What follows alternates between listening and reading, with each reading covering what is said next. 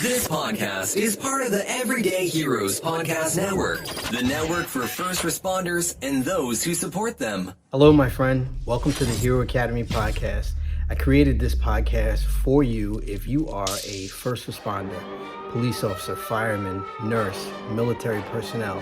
This podcast is for you. Let's get your stories out. They need to be heard by everyone, especially the good ones. Let's share those stories and create some positivity out there in the world. Enjoy this episode.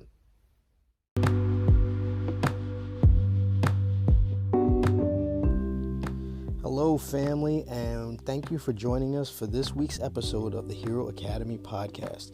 If you are a frontline hero, police, fire, EMS, military, or medical professional, you are in the right place and this show is for you. This week, I'd like to introduce you to our guest, Shannon Peel, for this episode of the Hero Academy podcast, episode number 12. Enjoy.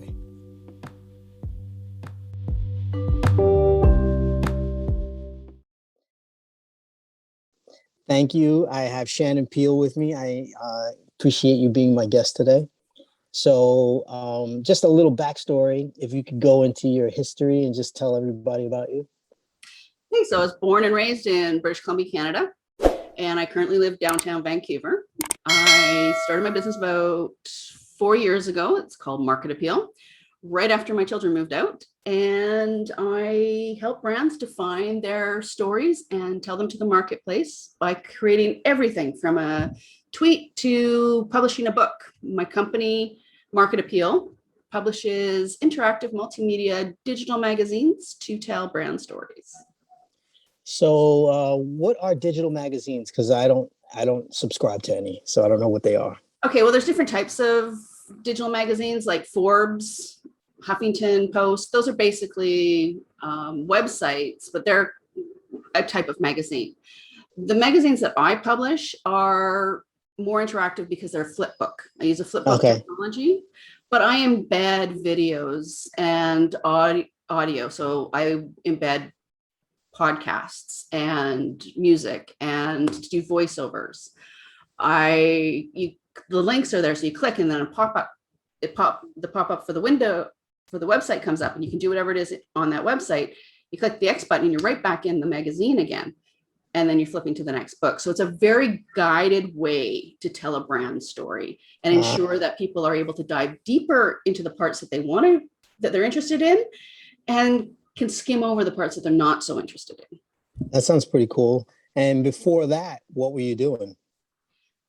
Before I started a business? Yeah, before you started your business 4 years ago. You started 4 years ago, right? About 4 years ago, yeah. So yes, what were you doing? My career path has been really not linear. It's been very different. I started in the investment world, working in a stock brokerage. Then I stayed home and took over the day-to-day operations of my daycare, my in-home daycare that I had started when my son was little. We had a nanny and she took care of the day-to-day. But when my daughter was born, and I live in Canada, so it's a year maternity leave. So my maternity leave was coming up. My daughter was just turning a year. And my nanny said, I'm going to go off and get married.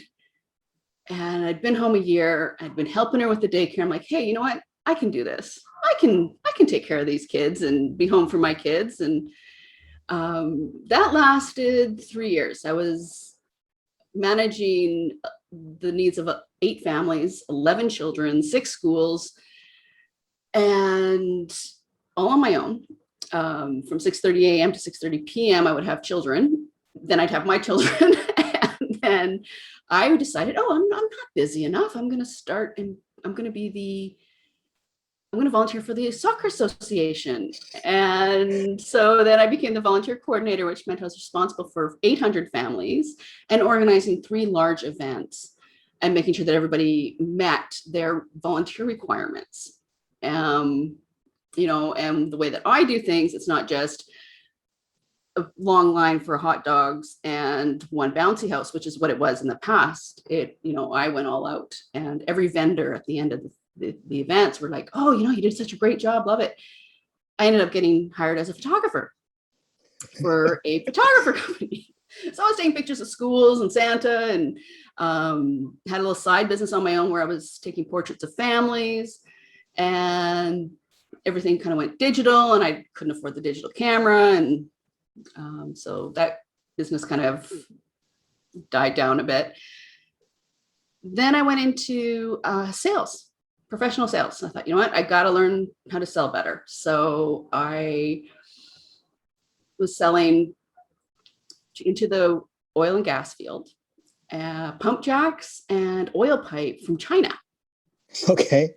So, and I was the one and only salesperson, and ended up selling pipe to a big oil company, and didn't know that was quite a coup.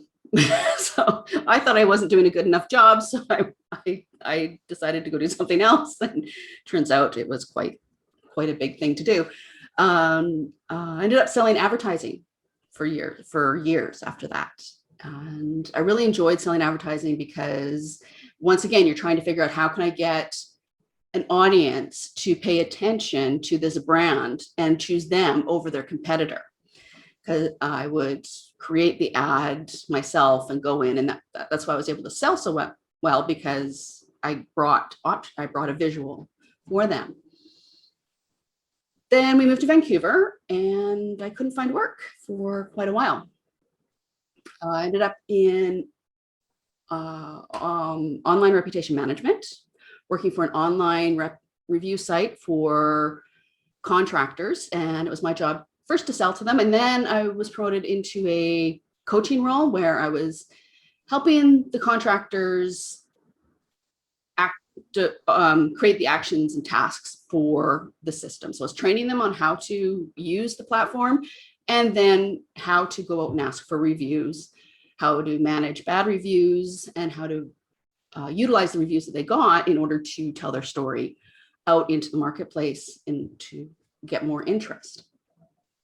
I lost that job because they just decided to go a different way, and couldn't find work again. but by this time, I'm a single mom, so I need work. And in the end, I just ended up starting my own company, and that's how that all started. So that's the long story of how I got to where I am. It wasn't that long. It was actually very interesting. In all of those different careers, do you have any crazy stories you can remember? Oh, let's see. Well, there's a lot more in daycare than anything else. And now that it's shut, I can kind of say some things. Because and it's all about, my kids, not what I do. One day, one of the kids decided that they wanted my daughter to come visit their house. So they just grabbed my daughter's hand and walked home. It's like, oh my goodness. Wait a minute, where are you? So I had to catch up to them. And were you running that daycare by yourself? Yes. No help, no employees. Well, my ex, at the same time, about a year into it, when I took over the day-to-day, because my employee left, my husband at the time was a mechanic. So he decided, I'm going to have a little side business fixing cars. And me being me, I went out and started marketing his company really hardcore. Basically, I created this little business card with a deal on it. And where we were living in Calgary, there are these park and rides where you go park your car and get on the transit. And so I would go to these park and rides, which had hundreds and hundreds of cars. And the older cars, I would just put his business card in them. So, he got busy doing that. And then he's like, oh, you know what? I'm not that busy. I could help you. So we could get more kids, because legally you can have so many kids per adult. And I'm like, oh, you can help me? Great. Yeah. He never came out of his garage. And it wasn't because he was always working, because a lot of it was project stuff. So yeah, it was me all. And like I said, after 3 years, because you can't take a vacation, you can't have a sick day. You have to be on the ball 24, like the full time when you're with them. But I enjoyed it. There was a lot of things that I did do, I was able to, when I say I had 11 kids, they were varying ages. So I'd have 6 kids for the day. And then I'd have a few kids in the morning and a few kids after school, like before school and after school. Okay. And by the time I'd have kids coming for the day, some of the before schools had already gotten on the bus. And then when their parents came pick them up, I would have the after school kids coming. So, I would take 6 kids and we'd go shopping at the mall. And people would stare at me because I would tie these kids up like a train and tie them to my belt loop. And I would just go shopping and they would be with me and we would just walk around the mall, because in Calgary we get -40 weather and snow drifts. So, you want to go do something and you go play at the little play areas in the mall. So, or I do things like we go to the amusement park or the dinosaur museum. That was a big one. So yeah, lots of different things in there. In the other jobs, there's just so many different things that happened. A lot of it had to do with me not understanding. They're not being what do you call it, benchmarks. So I didn't really realize that I was hitting benchmarks and doing really well. One, because I was my managers just didn't say, hey, you're doing really well. They just let me go off and do my thing because I'm really good at picking up the ball and running with it. But I had this real imposter syndrome, or I'm not doing well enough. I'm not doing good enough. I'm not doing good enough. And that kind of anxiety resulted in me walking away from a few things that I shouldn't have walked away from. What made you want to start helping brands? Well, as I said, in a lot of what I've done, when I worked at the stock brokerage, yes, I did a lot of these stocks and bonds and stuff, but I was also responsible for the marketing for a number of different brokers in the office. So it was telling why pick them over the other brokers.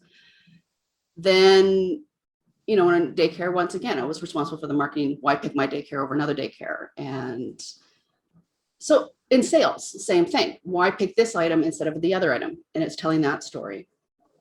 Then when I was 40, I wrote my first novel. And I really enjoyed. I've always wanted to be a writer. I had always wanted to be a writer. But once again, I thought, I'm no good. I'm not really a good writer. Even though when people would see something that did get published, because I wrote something for an association that I was volunteering for, and everyone's like, oh, I love it. I love it. I love it. I'm like, okay, that's a nice little pick me up, but I can't be a real writer. But at 40, I decided, okay, I'm going to try it, and wrote my first novel, got a lot of great reviews, just really enjoyed developing the story. And what was your first one about? About a 13-year-old boy who lives in Vancouver, well, basically where we're living, which is like right beside the US border. And one morning he wakes up to the sounds of gunfire and bombs, and basically a foreign powers come in, taken over the lower mainland, shut everything down, put roadblocks everywhere so you can't leave, shut off all the electricity, all the communication, put up checkpoints everywhere so you can't move. And so there's like a fence, like a fencing, not like the fence that Trump built, but wire. There's all this stuff right about 8 blocks north of the US border. And I mean, I had it down. I knew exactly where all the road things were too. And him and a single mom have to figure out how to survive. How to find food, how to, get water, all those things that we really take for granted because we have electricity, and not knowing what's going on because there's no communication. Then they start hearing rumors about people disappearing. And this 13-year-old boy starts getting anxious because he wants to go find his dad. But how is he going to get to his dad who lives downtown Vancouver when there's no transportation, no buses, no gas for you don't want to use gas too much. And there's checkpoints between him and there. So it's just exploring the idea of what if war happened here? How could it happen? And how would that change our lives? And are we at all prepared for it? And a lot of things, people would read the book, adults would read the book and they'd be like, oh, you have them fighting over groceries in the parking lot here. We wouldn't fight over groceries. And then COVID happens and we're fighting over toilet paper. With supply chains intact. And there was other things as well where, you have everyone running to the noise to find out what's going on with their phones to take pictures. We wouldn't do that. And then the Paris attacks happened, terrorist attacks happened. And the videos were showing people running towards the action with their phones out. I'm like, okay, really? People wouldn't do that? I put that in my book and that's exactly how people act. That's when I realized that we don't really understand how we behave. We think we're going to do one thing when in actuality, we are actually going to do another. Yep. And there's a real eye opener in that. So, how many books have you written? How many novels? Two. Okay. Are you working on number 3? Yeah. So I'm working on the second one for 13, and I'm working on a totally different program with the second book because I'm breaking that one down into modules to help people learn how to write their own story and learn how to heal from trauma through story by taking apart this one magazine or this one book novel, which is every chapter is written like a blog post. Okay. From the point of view of one of 5 women trying to navigate life in the 21st century. Okay. Is that the thing that you're most passionate about right now? Right now, yeah, because that is really helping people to look at themselves, their life, what they really believe. It's helping them to take a break from every day and asking the tough questions. So those people that really want to write their memoirs or write some sort of legacy piece that they can leave for their children in the future, or those who, like me, have gone through multiple traumas or even one trauma and want to understand the story behind the trauma to heal from it and learn how to tell their story in order to get the help that they need. Because a lot of times how we tell our story results in not getting the help that we need, people pitying us, people labeling us as victims, or in my case, other predators or abusers identifying their next victim because of the story that we tell. I remember when we spoke last, you were talking about how you can tell a story a certain way and someone will feel pity for you. You can tell the story another way. And what would you say? Okay, so how I tell this is I can tell you my story one way and I would leave you in tears, crying. Tell your story another way and you would pity me as a pathetic person. I could tell my story a third way and you would see me as a hero that has ever overcome a lot. It is all in how you tell the story. That said, you still have to live in what that story is at that moment. So for example, when my marriage dissolved and I first was telling my piece of the story, I would use the language, my ex kicked me out of the house. I had to live in that for a little while before I could say, I chose to leave the house because it became an unsafe situation. And at some point, I'm going to be able to get to, I chose to leave the house because I felt and believed it was an unsafe situation, but I'm not sure. It could have gone one of 2 ways. So I'm getting to that last way of talking, but you have to actually sit with each piece and tell the story until you understand it enough to move on to the next way of telling it. I see the distinctions, and I know a lot of my audience has seen some things that has left them with PTSD, and some people call it occupational traumas. What do you have any advice for those people? You know, I would, after what I've gone through, I have triggers which cause me to be extremely stressed out. One of them is sending out a resume, of all things, because the whole job situation caused so much stress and trauma. But for me, it was writing, taking my story, breaking it apart and writing it as a fictional story, and putting those different characters into different situations that really helped me to understand what was going on, what was really happening, and really look at that situation from all the different angles in order to be able to rewrite the story I was telling in my head. Rewriting the story. But you have to live, like I said, you have to live in those pieces. But because first you have to identify what's triggering you, right? And then you have to figure out how you can have a voice for those triggers. So, for example, my mother. Okay, I'm gonna just make a statement here. My mother loves me very, very much. We're just very, very different. Okay. So, and what I went through and the conversation, because I've gone through this and I got a voice, our relationship is very good. But when I first came out of my marriage and a lot of other things besides my marriage dissolving, I mean, that's just one of many things, traumas and issues that I've had to face. But my mom just wanted me to be whole.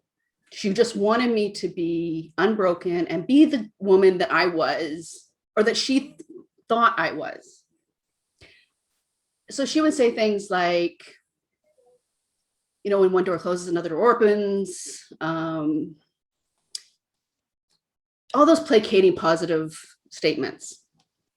They were well-intentioned and well-intentioned advice as well. Because I would say, my husband kicked me out of the house and my mom would go, "You're saying it wrong. You need to say it this way," which was, I chose to leave the house. She was right, but I first needed to sit in. My husband kicked me out, right? And I need you to understand what that means. And that I have to actually grieve that my life has now ended. Yes, it wasn't the best life, but yes, this has now happened. It's like he died. And and I'm not getting any support, I'm not getting any sympathy, I'm not getting any help.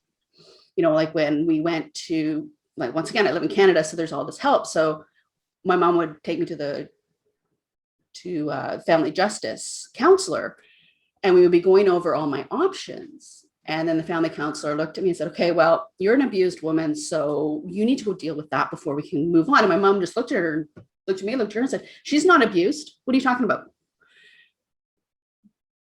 I mean, I even thought I wasn't. But because a lot of times when you're an abused person, unless they're beating on you, you don't know that the situation that you were in was an abusive situation, because of the mental and the financial, the emotional. And even at that, my ex-husband was just trying to do his best, and we just were not. It's not like he meant to do the things, say the things, and do the things. He was just doing his best. Now, 4 years ago, that's not the language that I use. But I needed to use that bad language, or I needed to use that hateful language in order to be able to deal with the fact that my marriage had dissolved and I was now in poverty, standing in line at the food bank to get food because he refused to pay full child support, and he refused to sell the house, and he was still living in the house with his girlfriend and his mom. And I had to focus on the bad in order to get through it. So I couldn't even think of the good things. So that story at that time had to be that language. And my mom didn't want me to use that language. She wanted me to use different language. And by saying certain things to me, it just caused me more pain. It caused me to think, well, you just don't care because you won't listen to what I'm trying to say. You just want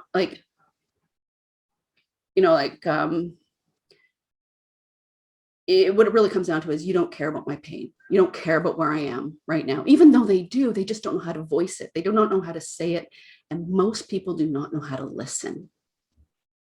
They just want to fix, especially if, like in my case, my mom is a task-oriented person. She's a doer. She wants everything done yesterday. So she would call me like not every day, but she would call me and say, have you done this, and this, right? Well, let's see. I had lost my husband. I'd lost my job. I didn't have enough money to live. Like there was a lot of problems on my plate. And finally I told her, I said, Mom, look, I have one plate. I'm one person. I got one plate. And on this plate, I can put 3 things. And a balanced meal is meat, carbs, and vegetables. So I can put 3 things on this plate. Everything else is over in the Chinese smorgasbord. And as I remove things off my plate, I will go and I can then refill that piece with whatever part of the Chinese smorgasbord I want. But right now I have to deal with this. And once I had explained that to her, she went, oh, yeah, I guess you can't do it all at once. And you do have a plan. And of course, my plan wasn't what she wanted my plan to be. I was taking a very long view of my divorce proceedings so that it wouldn't be as traumatic as it could have been. And, I wasn't fighting because I didn't have the tools to fight. I didn't have the tools to stand up for myself. But that's what she wanted me to do. She wanted me in court right now, getting full child support, getting my half of the house, and it's like, I can't do that. Like, you don't understand because there's a misunderstanding there. And when you are in trauma, when you are in that place of pain, you're not understanding where that other person's coming from. All you're hearing is you're not doing enough. You're not enough. You're not good enough. Or whatever thing your mind likes to tell you negative over and over and over again. That's going through your brain when that person is not meeting you where you need them to meet you. You're not, like, writing about it enabled me to write from her point of view. So I started to really understand where she was coming from in order to understand, what, she just has a limited understanding of where I am. She's never had this kind of trauma before. She has, my parents have been married 50 years. They got together when my mom was 18 and my dad was 21. They were married at 18 and 21. They have an amazing life. Everything they wanted, they got. So they don't understand where I am. So they don't know how to deal with it and they don't know how to talk about it. Once I understood that, then I could figure out which tools I needed or which boundaries to put in place. Because as an abused person, you don't have boundaries. Those, I never established boundaries in my life, ever. Never had them, didn't know what they were. So I was then able to say, okay, look, I can talk to my mom for 15 minutes because I still want to have a relationship with her. But I can't have her giving me this extra stress because she's pushing all of her worry about me onto me. So what is your personal brand right now? My personal brand story is that I had to lose everything I was scared to lose in order to find myself and the path that I'm supposed to be on. You stated so beautifully, and there's so much power in your brand story. Do you have any advice for people that want to kind of craft their own personal brand, that want to build their own personal brand? Okay, so if you want to build your own personal brand in a place of power, and it really depends on where you're coming from. So if you're like where I was in this place of trauma, well, you have to deal with that first before you can really start talking about yourself. Then once you're in a place where you're a little bit more understanding of your story, then you start have to crafting it using hero language and be the hero of your story. What happened? What did you learn from it? And how did you overcome? Everyone loves an overcome story. Oh, I know everyone loves an underdog story. I actually just wrote about that in my coaching program. Everyone loves an underdog story, yeah. a comeback story. Yeah. And you can't really tell that story until you've come back. But the thing is you need to be telling it when you are in what I call the mud pit of life. When you are in the mud pit of life, struggling to get to the edge so that you can climb out. you need to be at least writing the experience so that you can know how far you've come and know how much further and where you want to be. Because until you know where you want to be, you don't know which side to be walking towards. There's so much power in writing. There's so much, it requires you to think out, coherent thoughts. And then you look at it and you're like, no, that's not what I'm trying to say. And then you scratch a line through it. There's just so much power in writing. Exactly. And a lot of times what we think isn't exactly what we know.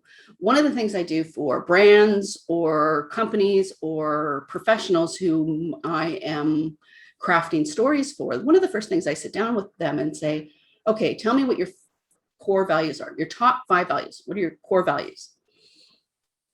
Some won't even know how to answer that question. Some will give me 5, and then we go to the next question. And I say, okay, well, define those words for me, not the dictionary definition, but what did those words mean to you? I want a definition, and they have to write out those definitions. And some people get it, and some people, this is where they fall off. And we have to go back to the beginning, because it's like, okay, well, you need to pick a different value because obviously this isn't working. Then I get to the next level and I say, okay, so write stories about times when you exemplified those core values in your behavior and your words, in work and life. Come up with 2 for each value, because that's how you start telling your story, a values-based brand story, because then you can use those stories in your storytelling. If they cannot do that, then I know for 100% fact that all they've done is give me 5 buzzwords. You are telling me a story, you are giving me values that you want to have, but that you do not have. You're telling me what you think other people want in that. Like if you are a financial planner or an insurance provider, and you say, oh, I value integrity, but you don't, your behavior does not show that you value integrity. You're just saying that because you know that customers are looking for financial planners and investors who value integrity. My argument against that is you want to tell what your real 5 core values are, because then those customers that have the same values will resonate with your brand story, and they will become customers. Now, those customers, because they'll be happy and they will feel connected to you and you will build a better connection, will then go out and refer business to you. If, for example, you say, hey, my core value is integrity, and you attract somebody whose core value is integrity, but you are late for every meeting. You do not meet deadlines. You say you're going to do something and you never do it. That person is going to automatically not have a good experience with you and will write you a bad review online, will not refer you to other people, will walk away and just think you're an idiot. If we automatically do the behaviors and act in ways where our value system lies. For example, one of my generational family values is hard work. I can go back generations to see how hard work on both sides of my family was taught to the children and how it was exemplified in everyone. Now, I don't have to say I value hard work because people can see that I value hard work. My children are an anomaly compared to other kids their age because they are hard workers. My daughter, very shy, very quiet, introverted, went to go work for a local restaurant chain in the kitchen. She was there a month, and this was her first real job. She was there a month before, and they had this employee meeting, and she was the employee of the month, and one of the youngest in the kitchen. And the chef was like, okay, you all need to work like she does. my daughter was mortified. One, it set her up as other. Two, it set her up as the enemy, and because she's young. And three, she just doesn't like any attention, any light being attached to her. But it is a story that I can share, that she can share, that exemplifies the hard work ethic that she has. You know, they complain when they're at work and because they search for things to do. They don't wait to be told what to do. They look around and say, okay, that needs to be done, so I'm going to go and do that. So they complain about other people that they work with who don't do that. So you can see what people's values are in their behaviors. That's why you want to ensure that you are attracting people that have the same or that value those things, because it'll be easy for you to live up to the expectations that those people have for you. I wish I had the bomb button, because I'd drop a bomb right now. Maybe my sound engineer can throw in one for me, because that was probably $1 million worth of diamonds and gems, all sprinkled throughout that little story. How do you tell? If you don't know your story, if you haven't answered those questions for yourself, if no one has broken down your story for you, you won't be able to see those behaviors. You won't be able to tell that story. What should I ask you about that only a small circle of your friends know? I don't have very many friends. Because when my life fell apart, I actually walked away from a lot of people. How far did you move? No, I don't mean I moved away physically. I mean, I stopped having connection. Okay. I stopped interacting. I stopped engaging. I had to start working on myself. And COVID has been really great for that, because like I said, I lived in Canada. So, the lockdown was a little longer here. And the request to be home more is still in place over a year later. So being home by myself for that time and not going to networking meetings, because when I started my business, all my relationships went from personal to business. And then COVID kind of cut those. It was like, okay, I really had to sit with myself, sit with my story, and sit with what I wanted. And I just became a lot stronger in that time, because I didn't have the expectations of others. I wasn't trying to please anyone. I wasn't having any judgments coming at me. I wasn't having any negative comments coming at me. And I was just dealing with the work that I had. And that was a big piece of my healing. If you could have your own TV show, your own Netflix special, what would it be?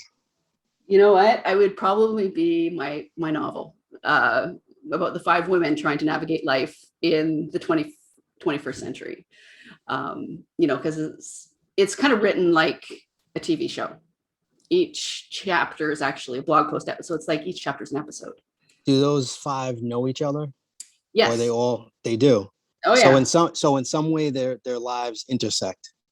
Yes, they do. And actually those 5 women are based on myself and every other woman out there in the world. Okay. What's the name of that book? I want to maybe get that one, or get it from my girlfriend. It's not published at the moment because I unpublished it. It was called 40 something, and I unpublished it to break it apart into chapters into this but you can get it on my website. It's called That's Life. Okay.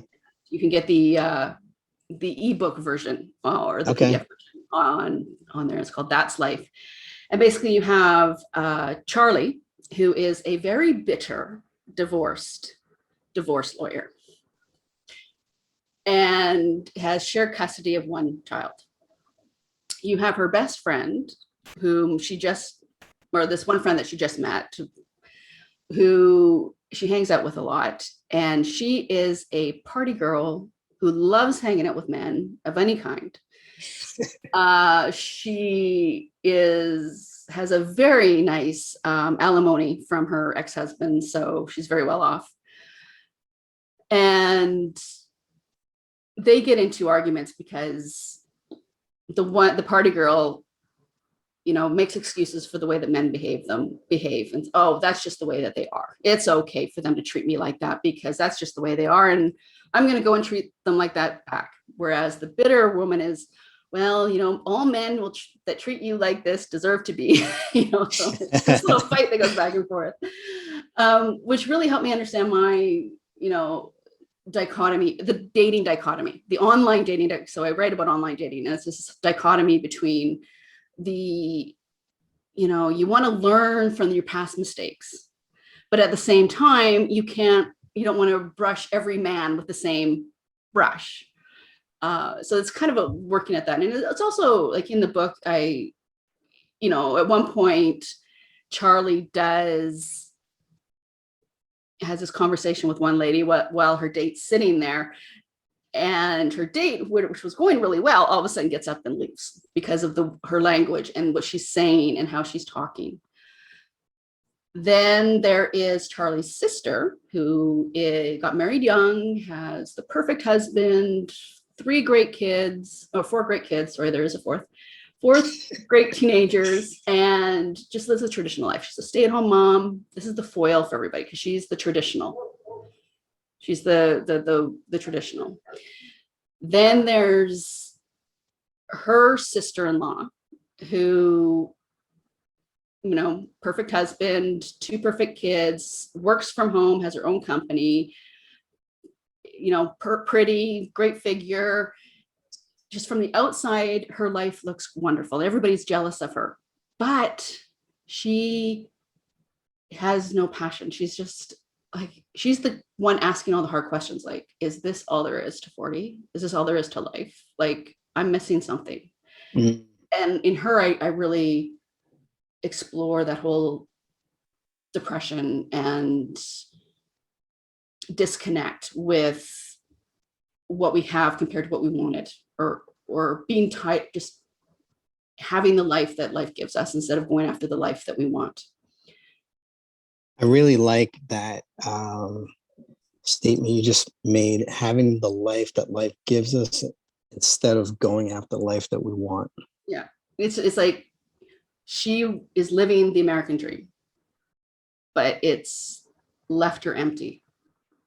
She has the life that everybody wants, but she has the husband that every woman wants, but he's not as wonderful as the women as it would appear on the outside.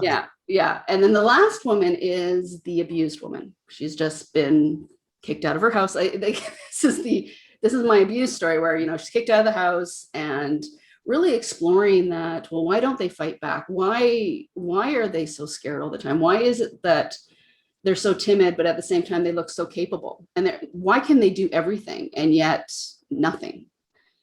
So it really looks at her mindset and how an abused mind works and can heal.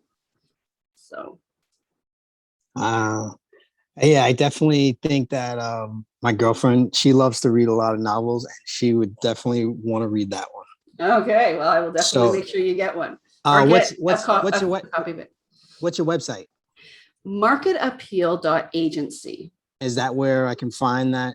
Yeah, that book? It's under shop under books. Okay. And it is Market Appeal is spelt wrong because it's spelled using my last name. So it's Market A and then Peel. Okay. All right. I saw that on your Instagram, Appeal, and I was trying to figure out, I'm like, oh, it's her last name. It's my last name. Yeah, I took that a little bit far. My tagline is peeling the layers of your story peeling the layers to get to the core of the story. My first magazine is called Appealing. My magazine for realtors is called Herb Appeal. I just have taken it a little bit too far. Hey, it is. You know what? Go deeper. That's what I say. I don't think you can take it too far. Just keep going in on it. Just keep going in. Yeah. If you had all of the money in the world and your family was taken care of, what would you spend that money on? Wow, that is a really great question for somebody that struggled financially for the last almost decade. And the great thing is that my whole family is financially taken care of. So what would you spend your money on? I'm thinking while I'm talking with you. So, one of the things I struggle with actually is spending money on myself. For the longest time, college students had better places than I did. So I just wouldn't spend money on myself. So what would I spend money on? I would go traveling. I mean, my plan is to travel and live in different countries for 6 months of the year and then come back to Canada for 6 months and then go somewhere else. So I would be living in places like London, downtown Paris, all those wonderful places that I would love to be, and see and explore the culture, meet people. The history in Europe is absolutely phenomenal. I mean, I'm a history buff. I love history. I would just love to see some of those places. I went to London once and was able to touch a wall that was built like 1,000 years ago.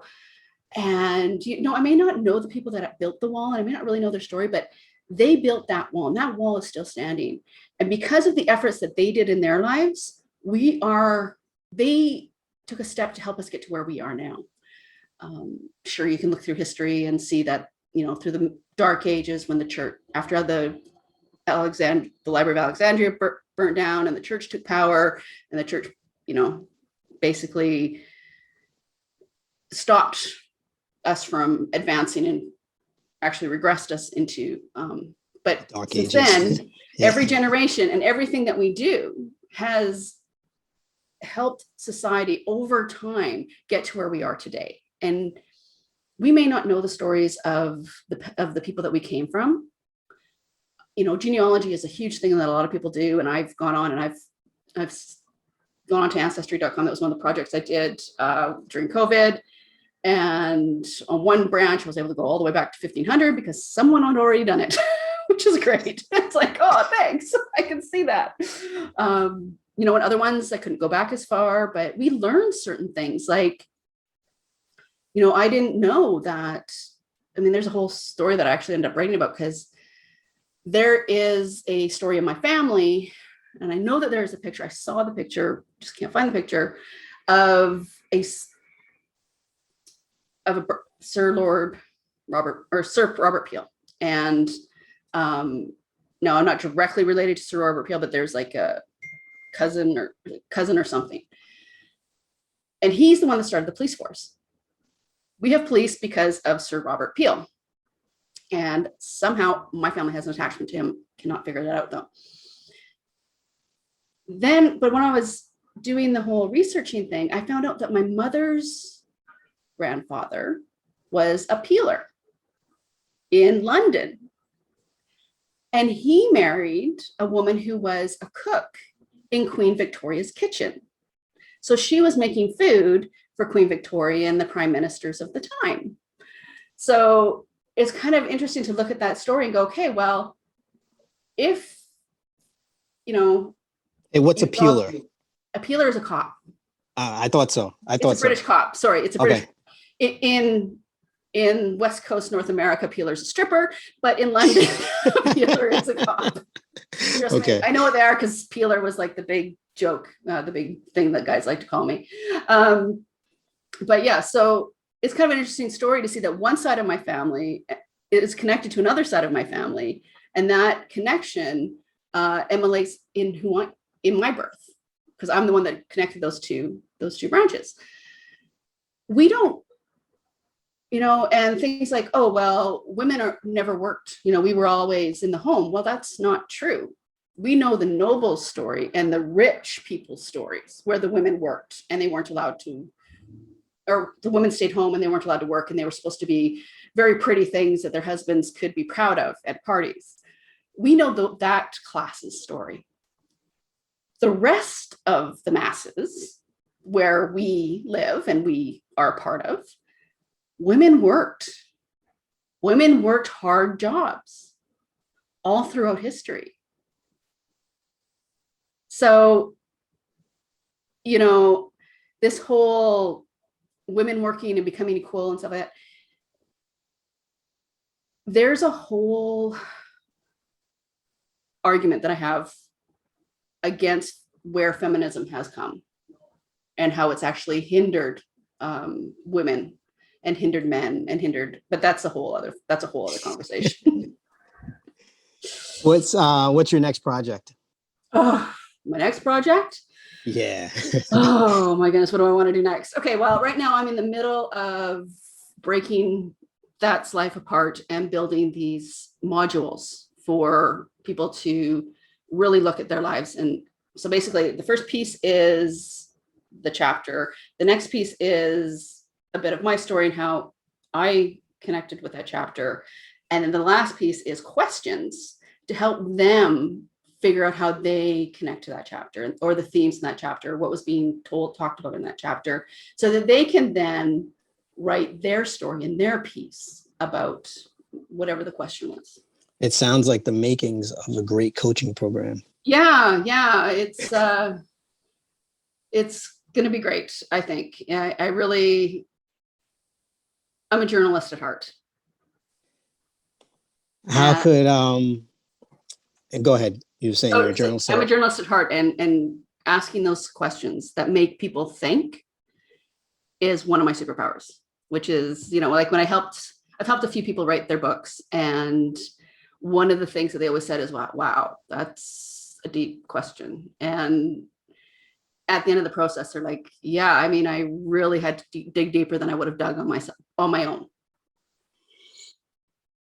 How could my audience use that to help themselves, like, frontline workers?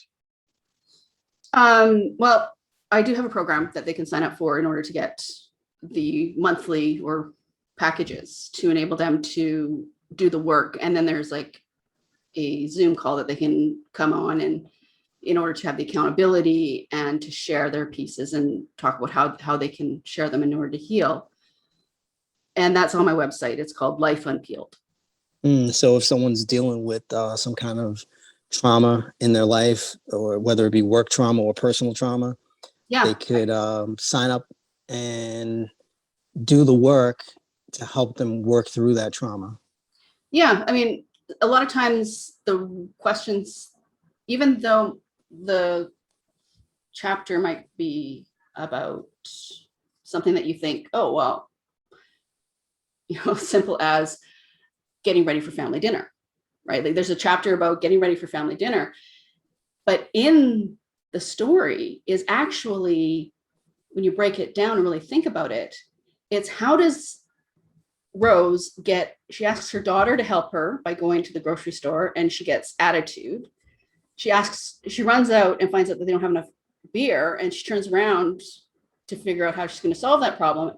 And there's her husband with the beer. She didn't even have to ask him. Great. Then I get into a little bit about my story about the time I made this big dinner and my ex wouldn't even go to the grocery store for me, even though he was on his way to the store next door. Like, I'm going to Canadian Tire to get something. Oh, great. Can you pick this up from next door? No. Okay. I'm screwed. Then it's questions about, okay, so think about a time in your life. It doesn't have to be about making dinner. It can be just when you needed to ask for help.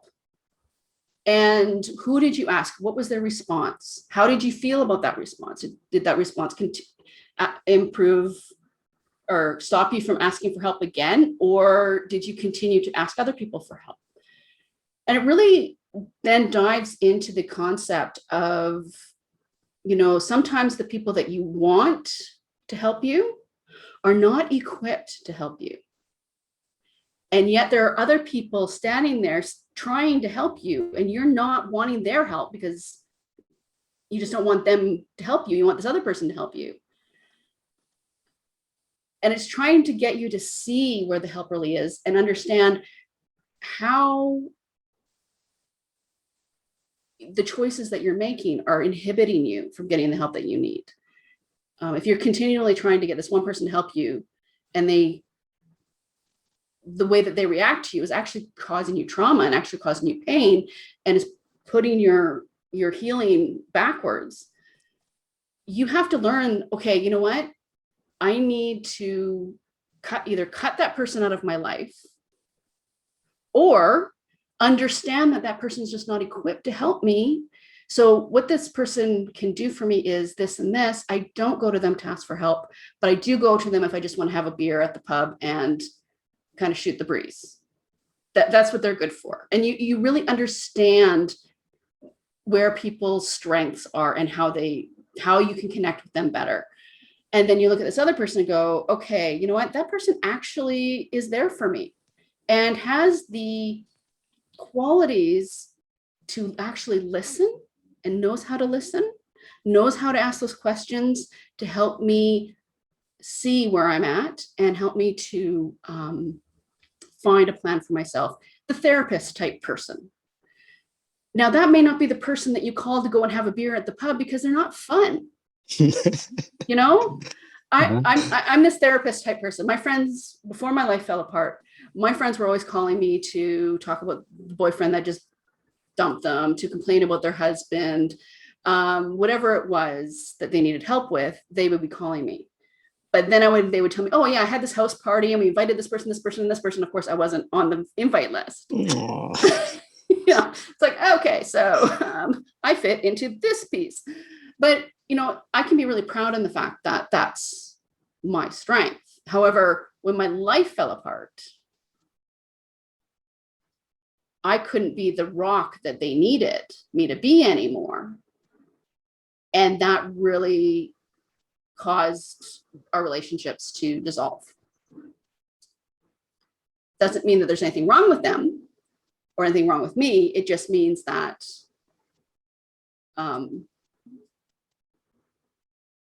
the connection that we had, the friendship that we had, could not continue for that period of time. Those questions you were asking before were really good prompts to get someone to write. Yeah. Why are stories so important for your personal brand? We connect to story.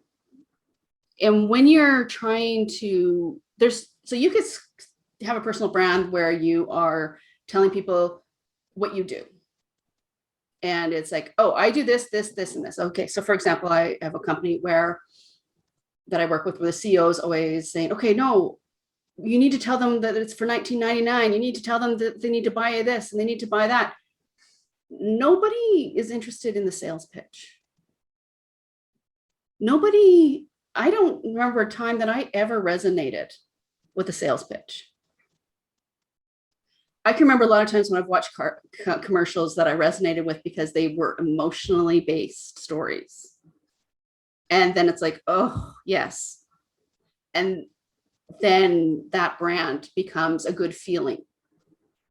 And whenever you establish a good feeling for something, it builds trust, which builds connection, which builds like, okay, for example, Coke or Pepsi. Which do you like, Coke or Pepsi? I don't drink soda anymore, but if you had to pick Coke or Pepsi, Coke Zero vanilla. Okay, so you're Coke. Now, what I can tell, because of the way marketing works, marketing, well, at least when we were growing up, was very targeted to an audience.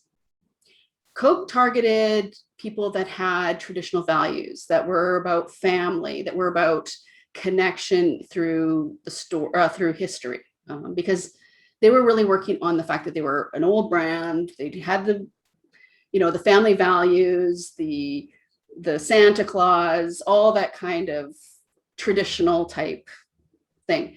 Pepsi, on the other hand, was really working on the opposite, where they would have people like Michael Jackson, and they were looking for, we're hip, we're young, if you want to transform, if we're about change, we're about innovation and being cool. So they were looking at people who had those values. And so you can say, okay, so when I say Coke or Pepsi, a lot of times I can figure out what people's values are. If the branding was good enough, like you can do it with Coke and Pepsi for the X generation. You can do it with Apple and PC and Microsoft for the X generation, and even the millennials too, for the most part. I would say though that recently, from what I can see with marketing and advertising, the real distinction as to groups has been breaking down. And the message isn't as distinct to the value system for a lot of those bigger brands that have been around long. I mean, if you go to Patagonia, you can tell, okay, people that value an outdoor lifestyle and conservation and are against climate or wanting to help climate change, because Patagonia has this really strong value statement in its messaging, which is all story-based. But they're telling how those values and those things are important to them, and it's resonating with other people who are that importance. Whereas if I look at a lot of the brands from before, like Apple as one, they're more and more trying to appeal to everyone than in the past. And once they start doing that, it's hard to have that story that you resonate, because you can't resonate with everyone. Apple's, I'm a PC and I'm an Apple commercial. Mm-hmm. Best commercial series ever to establish story and how your value system and your messaging can resonate with two different types of people, and at different times in their lives. Those are huge billion-dollar, multi-million-dollar companies that you mentioned. Let's talk about the Instagram or YouTube influencer, that person that's trying to build their brand. Well, actually, I'm going to touch on that by talking about something that is a little bit even more harder. That's not a word. Sorry for that English. Okay, realtors. I'm gonna take realtors because this is a section of the market that it's hard to differentiate yourself. Yep. Realtors, you all basically do the same thing. You all have access to the exact same list. And the inventory is the same. I can go to any realtor in order to see the house that I want to see. And with the internet being the way that it is, the consumer is pretty much driving the ship. I want to see that one. I want to see that one. I want to see that one. I'm going to call that realtor. I'm going to make an appointment to that. The job of realtors has changed over the years in that way, because before we didn't really see all the MLS because there wasn't the internet. And Zillow. Right. When my mom was a realtor, you hired a realtor because they knew what was going on in the market, and you didn't unless you looked at, because not every address or everything on sale was advertised in the paper. But now we can see everything. So you have these people who are realtors, and they have to tell their brand story in a way that will build trust to people that they don't know and connect with them and make them understand that they're the realtor for them. Because they're not going to be a realtor for everyone. And how can they do that? And that really does come down to telling story that resonates with people, because people like to do business with people they know, like, and trust. We intrinsically trust people who are like us, which is why we have this whole racial divide and all these issues, because we see something and we go, okay, that's like us or that's not like us. We gravitate towards the groups that are like us. And it's not just white people going for white people. It is across the board. Do you know who Bob Proctor is? Yeah. Okay, good. So he was the first person I went to go see in Toronto. First Canadian, first time in Canada. I flew up to see Bob Proctor, Yeah. and he talked about how, you know, our eyesight is lying to us because Yes. we see different shades of people. We hear different accents. So our minds are telling us that that person's different, but Yes. there's really no difference between people on the inside. And that's the point that I'm getting to, is that, okay, so we can see, and realtors use pictures in order to, as their brand, they use their image, their face, right? When you tell your story, when you tell your stories, then you're giving people more information about who you are and what you're about. And they can then see, oh, hey, that person has a kid my kid's age. That person values what I did. Oh, that person was divorced. Oh, that person was fired. Or that person was, once you start seeing the shared experiences, then those things start resonating with you. Then you start building connection and trust with people, regardless of how they look. I was a teenager when Schindler's List came out. And I remember reading an article in the New Yorker, or not the New Yorker, sorry, New York, anyway, one of the papers from New York, where they were interviewing kids coming out of the Schindler's List about the movie, because every school was sending kids. And but they had gone to an inner city school in a Black neighborhood to talk to these kids about Schindler's List. And repeatedly they came out going, well, I don't know why I went. Well, it has nothing to do with me. It was, my story, it didn't resonate with me because there's so, the whole thing was so removed from them. Yet for me as a history buff, it's like, oh my God. And because, the whole British thing and, Canada, where we did still have those ties to Britain, there's more of a connection in that story. There's a story about the guy from Schindler's List who was the commandant of the camp, the guy that would stand on the patio or his deck and shoot people for fun. There's a book that his granddaughter wrote, and it's called My Grandfather Would Have Killed Me.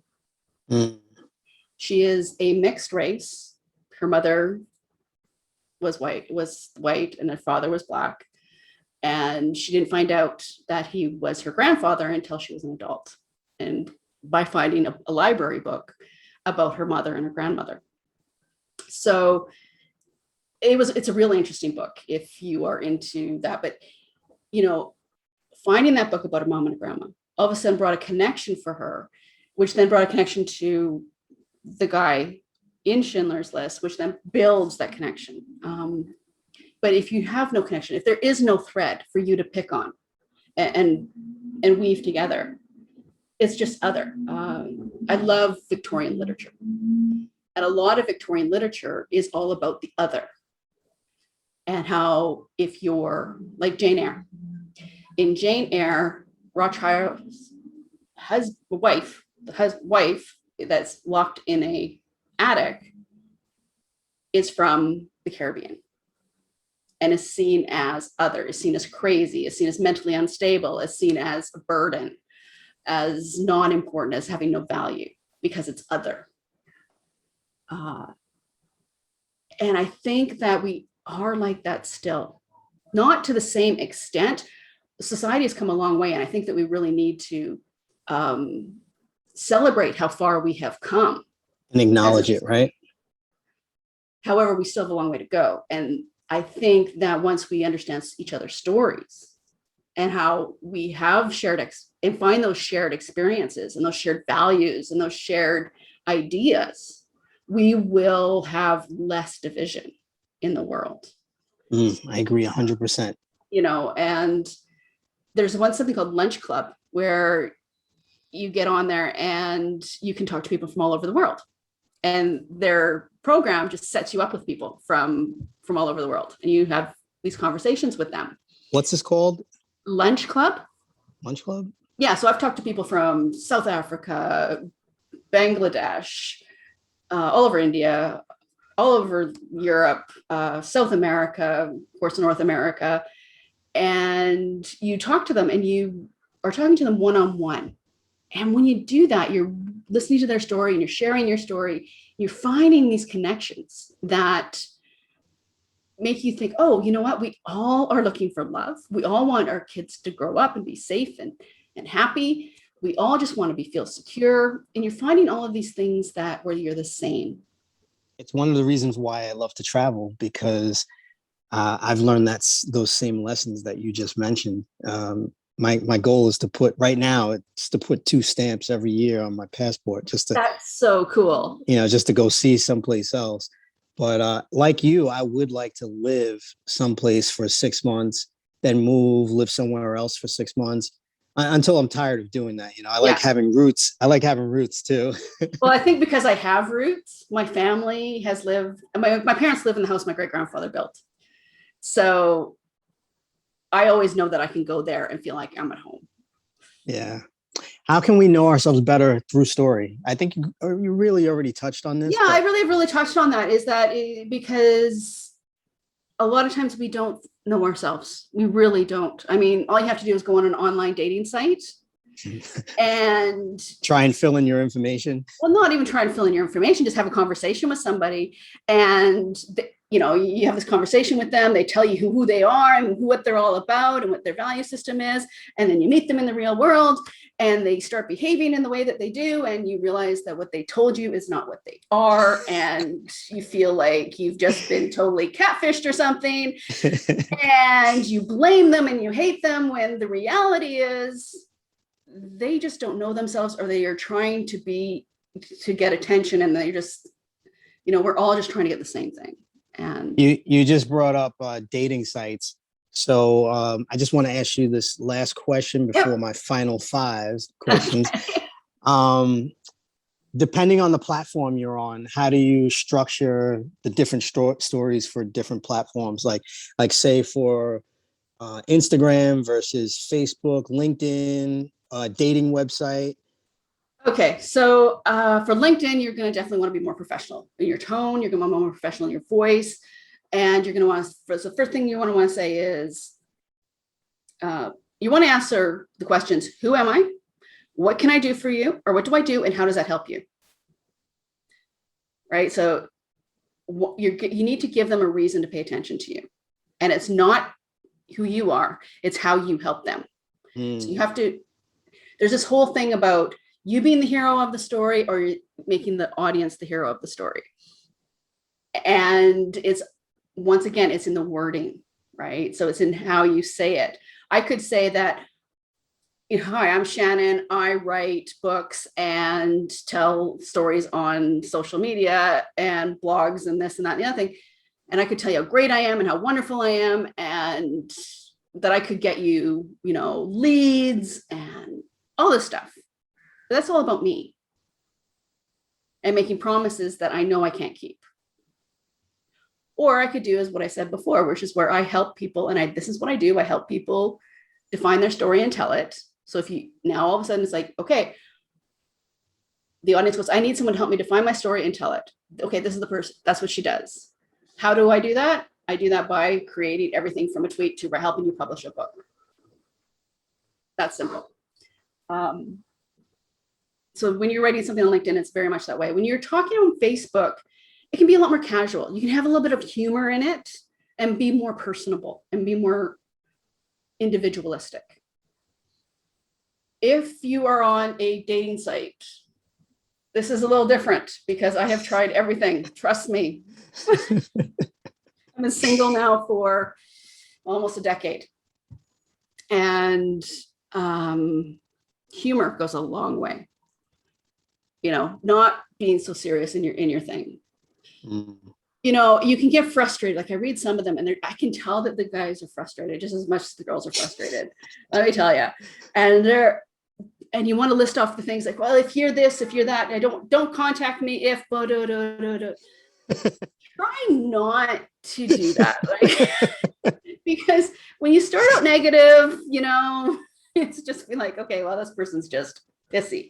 I don't want to talk to someone who's pissy. So actually, I have somebody that messaged me this morning going, "Are you still pissy at me?" Dude, you have told you behave like this. You told me this, you behave like this. So I don't want to see you again.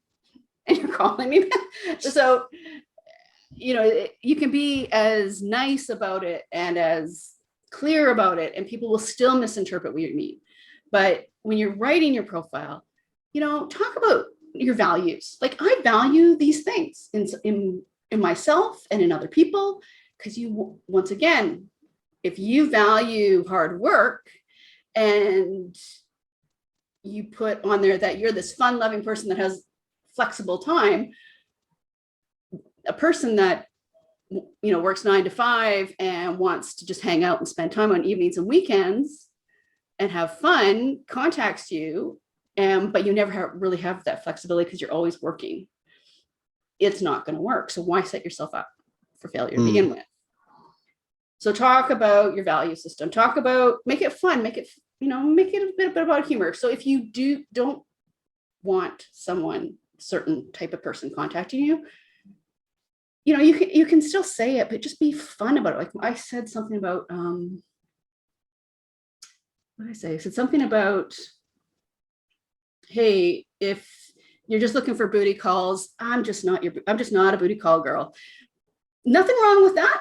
Hey, hope you find what you're looking for, because there's no intention on here that's wrong, unless of course you're a scammer or a abuser. In that case, you're wrong all across the way. Like, so I've said, hey, this is not me. I'm okay with, I get that you're looking for something, but that's your thing, not mine. Just know that you're not going to get that. And I've also said I don't want scammers and abusers contacting me, because this is what I think of you. So you just make it a little bit fun, a little bit more positive, a little bit more, there's nothing wrong with you if you want that. It's just not me. So that they go, okay, well, I'm not going to contact that person because that, scammers will contact you anyway, but that's a whole other story. I've done things like make something about, hey, let's have a conversation. Or talking, hey, my eyes are up here, they're not down there. Maybe I should just draw some eyes down there. I have done some pretty weird things, depending on my mental state after being on. I try to stay off those sites as much as I possibly can, because they're not good for your mental health. No, they're not. So like how about Facebook is not good for your mental health. No, it's not. You have to unfollow a lot of people, and you have to I actually stay off of Facebook because I prefer Instagram, because you could it's a lot faster to just swipe and my preference is TikTok, Instagram, and Snapchat. Those are my preferences. Yeah, I don't have a lot of experience with Snapchat or TikTok, because I'm more on Twitter and LinkedIn. Those are my two, with a bit of Instagram. I do a lot more for clients on Instagram than myself. But if you want to, the thing is if you want to be successful on social media, there's only one way to be extremely successful on social media. What's the one way? Post a lot. Nope, it's not post a lot. It's not. What is it? It's not. I know all of the people that are like me, all the people that do my job will tell you to create content, create more content, create better content. If you're Gary Vee, he will tell you to create 56 pieces of content in a day. That's not the best way. The best way to make connections on social media and get noticed is to comment on other people's posts. Not to like them, but to go and do a hashtag search or a keyword search on the profile, find posts that you can ask them a question to dive a little bit deeper into what they posted about. Don't say things like, oh, great post. Okay, you're just typing, oh, great post. There's no conversation that you can have with the person. But if you see a post, you're like, oh, you know what, that's really interesting. Can you tell me about blah, blah, da, da, da. Now I know you've read the post. Now I know you're actually interested. And now I'm going to want to connect with you because you've shown interest in me. That's like straight out of Dale Carnegie's How to Win Friends and Influence People. Hey, you know what? It worked back then and it works today. But unfortunately, we got Gary Vee yelling at everybody, telling them to grind, when nobody really wants to watch no one wants to watch a Shannon show. I'd watch that show. But, I think you have to give before you get. You have to really want to connect with somebody before they'll want to connect with you. I've made some amazing connections on LinkedIn. I mean, the one thing I like about Lunch Club is that you meet people face to face and then you connect with them on LinkedIn. Whereas I got to check that out. Yeah, I'll send you a link because you have to have an invite. So I'll send you the invite. It sounds like Clubhouse, but more visual. Well, it is like Clubhouse, but more visual, but it's also one-on-one. It's not a group chat.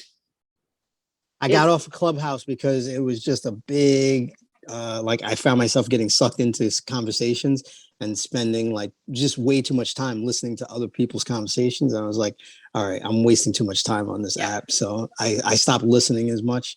Well, I stopped listening when it took me forever just to find a channel a conversation that I was interested in. Finally find this conversation and it's going great. And then this person gets up and he starts spouting off how to live your life. And then he says, you know what? I figured it out. I'm 21 years old and I figured it out. And this is how you need to do it. And I just thought, you know what? If I wanted a 21-year-old to tell me how to live my life, I would call my son. Because that's exactly what he does. And it's like, okay, at that point, I just thought, you know what? This is not for me. I'm X-Gen. Gen Z does not understand X-Gen. Millennials do not understand X-Gen. Baby boomers do not understand X-Gen. And it's not just because, generations don't understand each other, but because nobody really talks about X-Gen. Nobody has really studied X-Gen or even, cared. Our generation has gone through a lot of struggle and a lot of change. And we're the ones that created the whole internet thing. We didn't have courses to learn in order to get jobs. When we started jobs, there was affirmative action, which was great for some people and not great for other people. There was a recession on, so there wasn't jobs.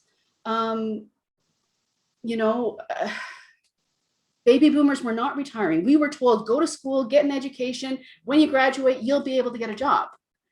That's not what happened. The millennials have found that as well. Unfortunately, my kids are in university, and even though I told them I want you to go out and get a job first, but I mean, that said, both of my kids started working in a restaurant at the age of 14, and right at the moment, my son is on a commercial fishing boat out off the coast of northern BC, Alaska. That's pretty cool. You're probably a little worried about him though. Very, very, and he's very good at when he comes into port to text me, Mom, I'm alive. Yeah. And actually there's a really good story because he is amazing at meeting people. He knows people from all different walks of life. And he's been able to get different types of jobs because of that. And that is how he got onto a fishing boat, because it's not easy to get into a fishing boat. But he had a friend who knew somebody and got the job. So he calls me and goes, hey, I'm on a fishing boat. And I'm like, I'm going to get on a fishing boat. I'm like, oh my God, I don't know anything about the ocean. I grew up on a lake. And we went on a camping trip on my uncle's boat once with my husband, me and my kids across Georgia Strait. And it was nice. But it's not like Georgia Strait it's an inlet. Okay. It's not the ocean. And we were coming back and there's these huge waves. And I'm tying the kids to myself because I'm thinking, okay, if we go down or we go over, the kids are going to end up in a current. I'm going to lose them. I was terrified. And then there's these big animals in the ocean. So I'm thinking, oh my goodness, my son who doesn't have the greatest focus because he's so intelligent. He's in his mind all the time. Something's going to happen. And then he's going to get hurt. And how are they going to get him to the hospital?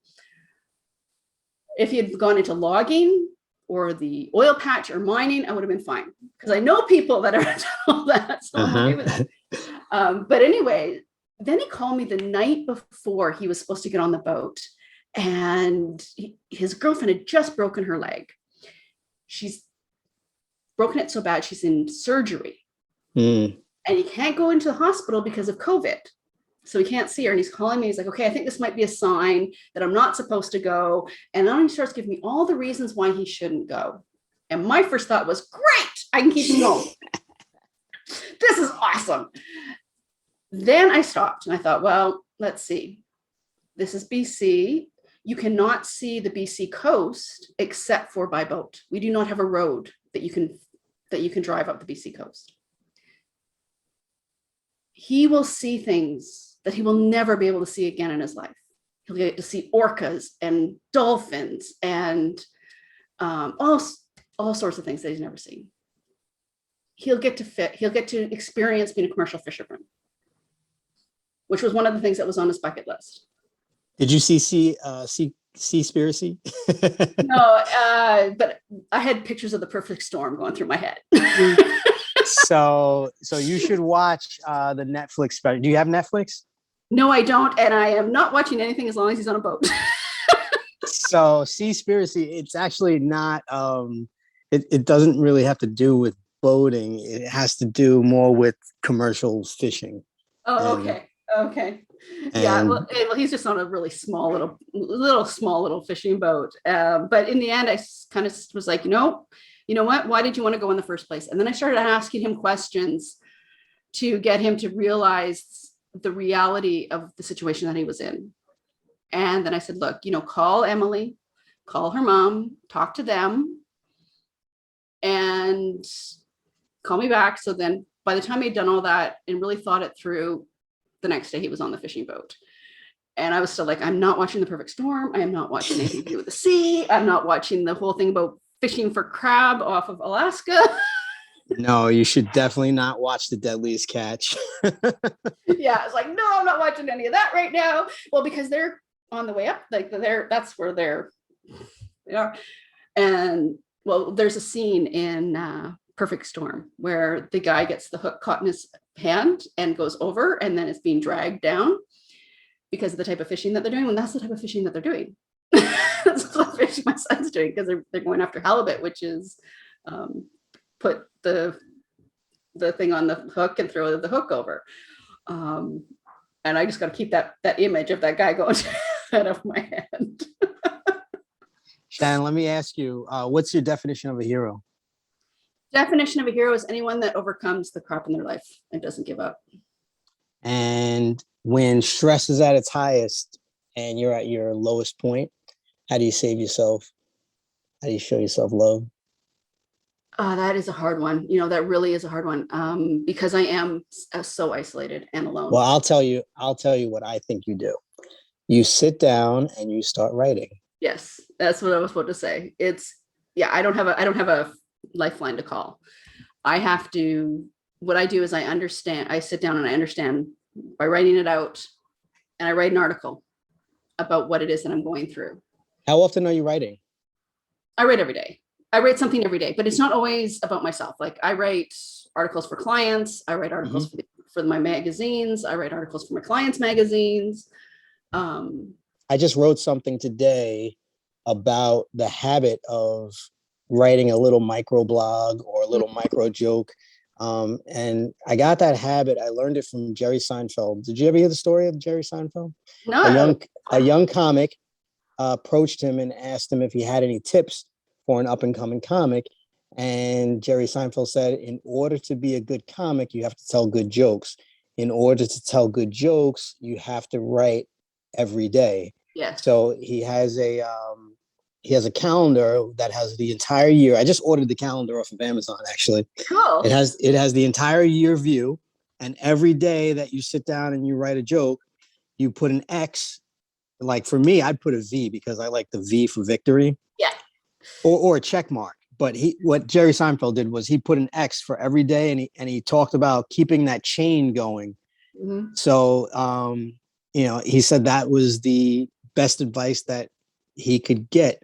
And it doesn't matter the quality of the joke, it's the habit of writing every single day. And that applies to if you're a musician, if you're a writer, if you're a speaker, you should be practicing speaking every day.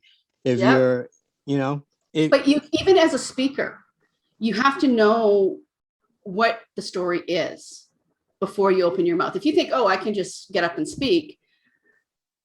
I mean, a lot of the stuff that I've talked about today is stuff that I've written about in the past.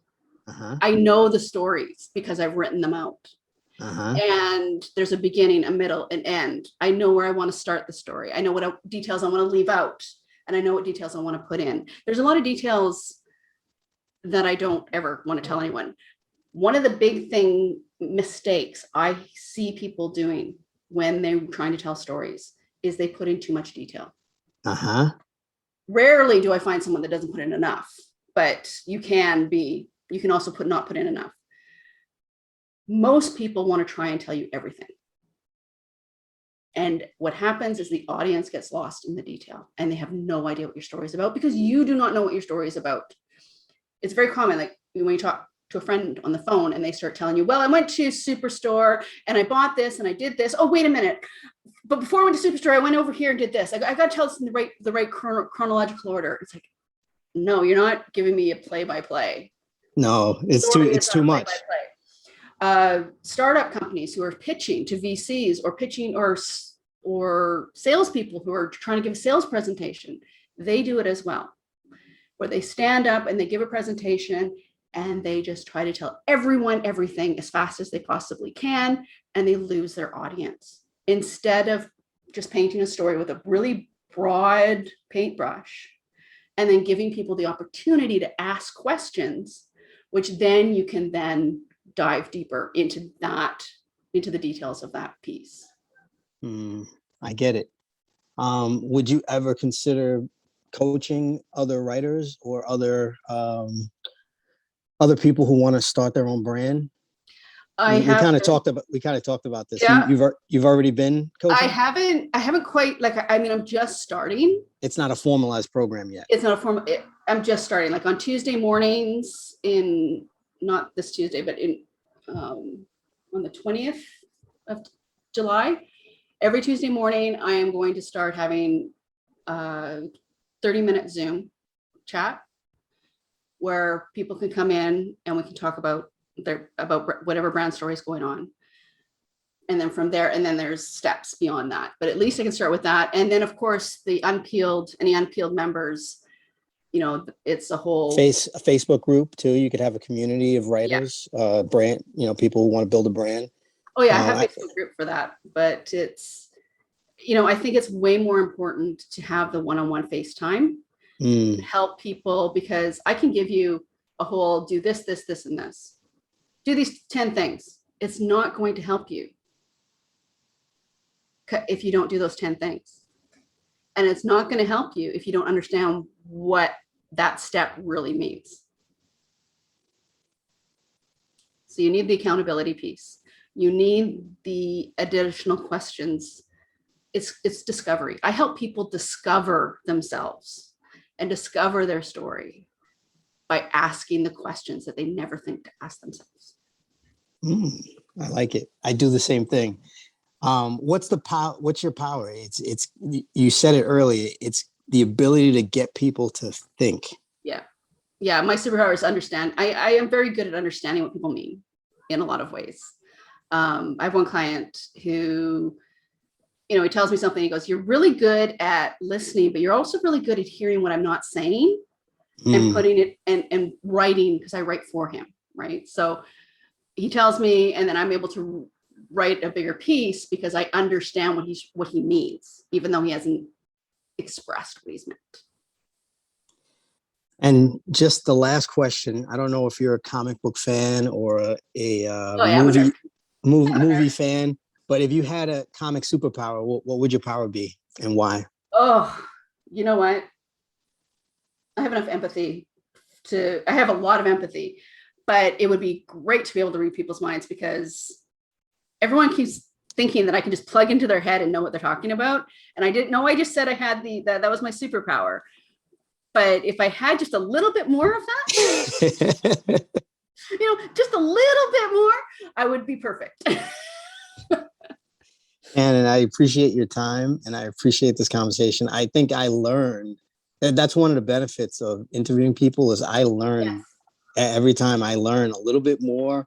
I I absorb and I take away a little bit more, and it just helps me. And I know everything that you spoke about is going to help my audience. And I just want to thank you really very, very much No for problem. the time and being here. Sorry about the noise that's about to come through here. I That's live okay. right on the 911 thoroughfare, so I get a lot of that. That's okay. I love that sound. Well, it was a fire truck that just went by, so hopefully it's nothing too serious. Hopefully it's nothing too serious. Yeah, you always get a little nervous when they pull up in front of your building. Uh-huh. All right. I appreciate this time. If people want to find you, just give the website again. Yeah, it's marketappeal.agency. Okay, I will post it up in the show notes, and I will, post a link to your website. Yeah, it's not .com. I'm not the Chinese casino. No. .agency. Got it. .agency, yes. And Peel is spelled P-E-E-L. P-E-E-L. Shannon Peel. Two N's. P-E-E-L. Yeah, just like a banana. It's really great when your name is a noun and a verb. Thank you. Thank you for peeling back the layers today. Oh. Anyway, take it easy, and thank you so much. This was lots of fun. Thank you. I'm glad that you enjoyed it. Okay, enjoy I did too. Right. Bye-bye.